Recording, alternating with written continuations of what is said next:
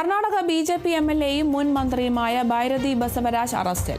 2025 July 15-ന് Bharati നഗറിൽ 40-കാരനായ ശിവപ്രകാശ് എന്ന ഭിഖു ശിവുവിന്റെ കൊലപാതകവുമായി ബന്ധപ്പെട്ട കേസിലാണ് അറസ്റ്റുണ്ടായിരിക്കുന്നത്.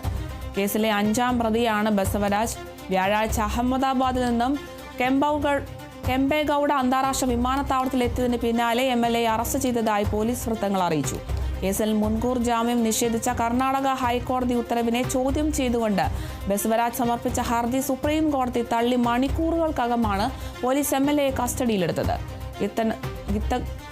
ഗിത്തകനൂർ പ്രദേശത്തെ ഭൂമി തർക്കവുമായി ബന്ധപ്പെട്ട് ദീർഘകാലമായി നിലനിന്നിരുന്ന തർക്കമാണ് കൊലപാതകത്തിന് പിന്നിലെന്നാണ് അന്വേഷണ ഉദ്യോഗസ്ഥർ പറയുന്നത്.